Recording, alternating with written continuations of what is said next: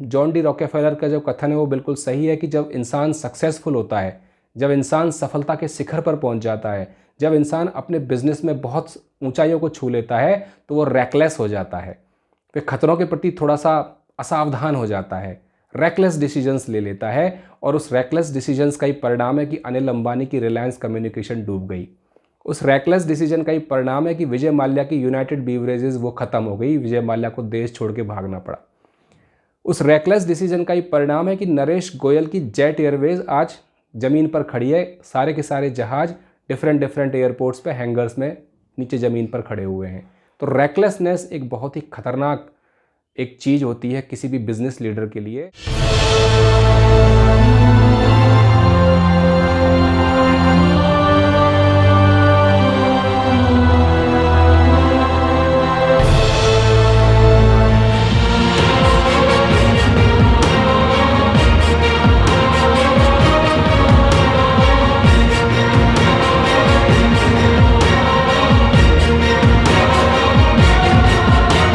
दोस्तों, मैं Anil Sharma, motivational speaker और कॉर्पोरेट ट्रेनर। महान उद्योगपति जॉन डी रॉकेफेलर, जी हाँ, जॉन डी रॉकेफेलर वही उद्योगपति हैं जिन्होंने संयुक्त राष्ट्र संघ को अपनी बिल्डिंग, उनकी खुद की जो कॉर्पोरेट ऑफिस हुआ करता था, उसको डोनेट किया। और आज संयुक्त राष्ट्र संघ जिस बिल्डिंग में चलता है, जिस बिल्डिंग से न्यूयॉर्क सिटी से ऑपरेट करता है, वह जॉन डी रॉकेफेलर के द्वारा ही डोनेट की हुई है, उनके द्वारा ही दान में दी हुई बिल्डिंग है, जिसमें संयुक्त राष्ट्र संघ का मुख्यालय आज न्यूयॉर्क सिटी से ऑपरेट करता है। तो महान उद्योगपति जॉन डी रॉकेफेलर का एक बड़ा ही प्रसिद्ध कथन है कि सफलता प्राप्त करना उतना कठिन नहीं है।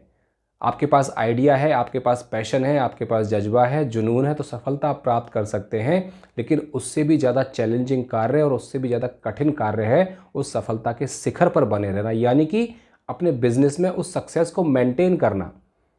ऐसे डिसीजंस ना लेना जिनकी वजह से जो सक्सेस आपने प्राप्त की है वो धराशायी हो जाए, वो ख़त्म हो जाए। तो उसको मेंटेन रखना सफलता को, वो एक बहुत बड़ा चैलेंज है, बहुत ही दुरूह और कठिन कार्य है। वर्तमान में पेटीएम पेमेंट्स बैंक या पेटीएम जो फिनटेक कंपनी है, उसके बारे में ये कथन एकदम सटीक बैठता है, बिल्कुल सही बैठता है, बिल्कुल सही जचता है।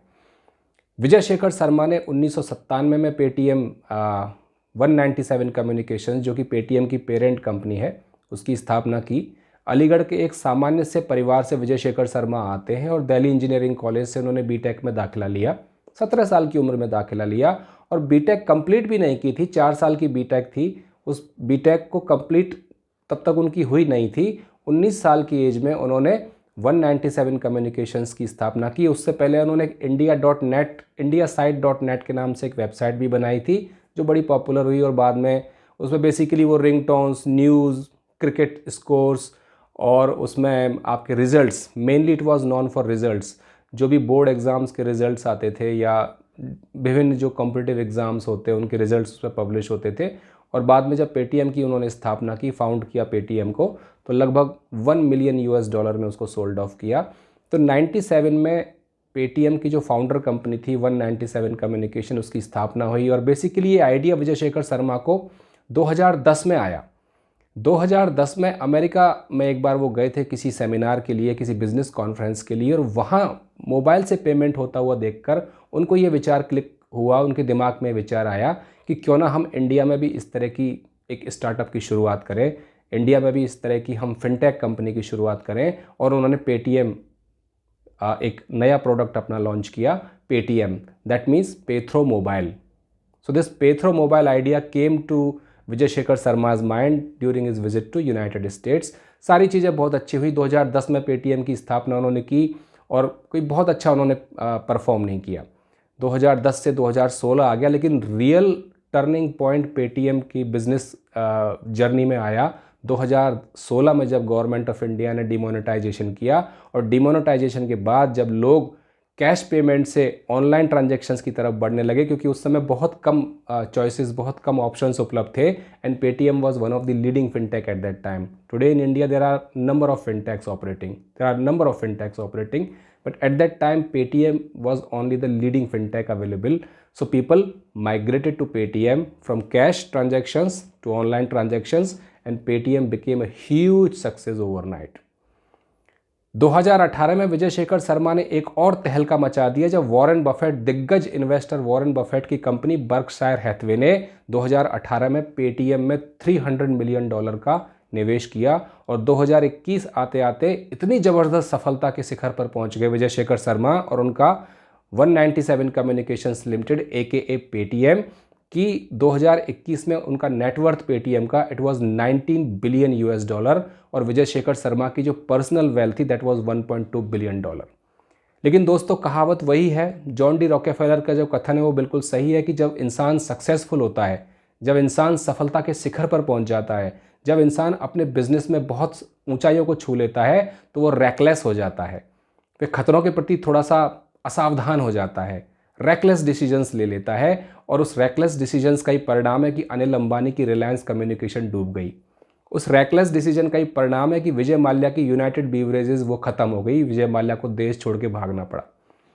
उस रैकलेस डिसीजन का ही परिणाम है कि नरेश गोयल की जेट एयरवेज आज ज़मीन पर खड़ी है, सारे के सारे जहाज डिफरेंट एयरपोर्ट्स पे हैंगर्स में नीचे ज़मीन पर खड़े हुए हैं। तो रैकलेसनेस एक बहुत ही खतरनाक एक चीज़ होती है किसी भी बिजनेस लीडर के लिए और विजय शेखर शर्मा के केस में भी ये रैकलेस डिसीजन और negligence because of that over confidence and reckless decisions it came handy in the downfall of ATM। जनवरी में आई थिंक 21 जनवरी के आसपास, 21 जनवरी 2024 के आसपास, डेट मुझे एग्जैक्टली याद नहीं है, रिजर्व बैंक ऑफ इंडिया ने नोटिस जारी किया पेटीएम पेमेंट्स बैंक, जो उनकी लैंडिंग आर्म है पेटीएम पेमेंट्स बैंक की, कि आपके कंप्लायंस के बहुत ही सीरियस इश्यूज़ हैं। और ये पहली बार नहीं हुआ है, 2017 से पेटीएम के ऊपर बहुत सारे ऑब्जेक्शंस उठाए गए। उसमें एक ही आइडेंटिफिकेशन पे मल्टीपल अकाउंट्स जिनमें ट्रांजैक्शंस करोड़ों रुपए के ट्रांजैक्शंस हो रहे हैं, कंप्लायंस इश्यूज़ को इग्नोर करना, रेगुलेटर का जो गाइडलाइंस हैं, जो डूज़ एंड डोंट्स हैं उनको इग्नोर करना, ये सारे इश्यूज़ 2017 से ही चले आ रहे थे। लेकिन central bank, reserve bank of India ने कई बार उनको आगाह भी किया, सचेत भी किया, लेकिन बाद में उनको मजबूरन ये कदम उठाना पड़ा कि उन्होंने उनके सारे ऑपरेशन सस्पेंड कर दिए। इनकी जो आर्मिंग लैंड है, जो लैंडिंग आर्म है इनकी, पेटीएम पेमेंट बैंक लिमिटेड, और उसमें मेन जो दो इश्यूज़ थे वो थे नॉन कंप्लायंस और उसमें सुपरवाइजरी कंसर्न्स। दो ये मेन इश्यूज़ थे कि एक ही आईडी के द्वारा मल्टीपल अकाउंट्स ऑपरेट हो रहे हैं और उन अकाउंट्स में जो ट्रांजैक्शंस हैं there into crores, so potential allegation of money laundering which is a very very serious allegation. तो अब देखना यह है कि पेटीएम पेमेंट बैंक और विजय शेखर शर्मा एक बहुत ही काबिल और बहुत ही सुलझे हुए बिजनेस लीडर हैं, बहुत ही विजनरी बिजनेस लीडर हैं। मुझे लगता है कि definitely he will get through it and he will lead his company out of this mess. But the most important thing for all the people who are running businesses or all the people who are going for startups is that when you become successful in your venture, don't go for reckless decision, because जब success आपके पास आती है तो आपकी कई बार आपका confidence, देखिए confidence होना एक अच्छी बात है, लेकिन जब ओवर कॉन्फिडेंट आप हो जाते हैं और ओवर कॉन्फिडेंस में कुछ ऐसे डिसीजंस आप ले लेते हैं जो कि बाद में आपको पछताना पड़ता है। ओवर कॉन्फिडेंस में अनिल अंबानी ने इतना डेट अपने सिर के ऊपर कर लिया, इतना कर्जा अपने ऊपर कर लिया कि बाद में चुकाना उनके लिए नामुमकिन हो गया। ओवर कॉन्फिडेंस में विजय माल्या ने किंगफिशर एयरलाइन स्टार्ट करी, खुद उसको मैनेज करने की कोशिश की और इतना कर्जा कर लिया 6 या 7 बैंकों को, और उनमें पंजाब नेशनल बैंक मेन था, कि बाद में उनको वो बैंकरप्ट हो गई किंगफिशर एयरलाइन और ख़ुद भी देश छोड़ के भागना पड़ा। अब मैं आशा करता हूं कि पेटीएम, क्योंकि हिंदुस्तान के अधिकतर लोग पेटीएम पेमेंट बैंक को, पेटीएम वॉलेट को, मैं भी उनमें से एक पेटीएम का यूज़र हूं, उसको यूज़ करते हैं, और 29 फरवरी इन्होंने आरबीआई ने लास्ट डेट दिया है, लेकिन मुझे लगता है कि 15 मार्च तक ये एक्सटेंड कर दिया है। So how Vijay Shekhar Sharma is going to handle all this issue, how he will get his company out of this mess. But the writing on the wall is when you become successful, when you reach at the peak of success, never ever be overconfident. In fact, you have to be more cautious. In fact, you have to be more careful. In fact, your decisions should be precise and surgical, and keeping vision on the future, what's going to happen next, what might be coming up next. So never ever take reckless decisions when you become successful, क्योंकि कई बार ऐसा होता है कि success आपको मिल जाती है, फिर आप उस सक्सेस में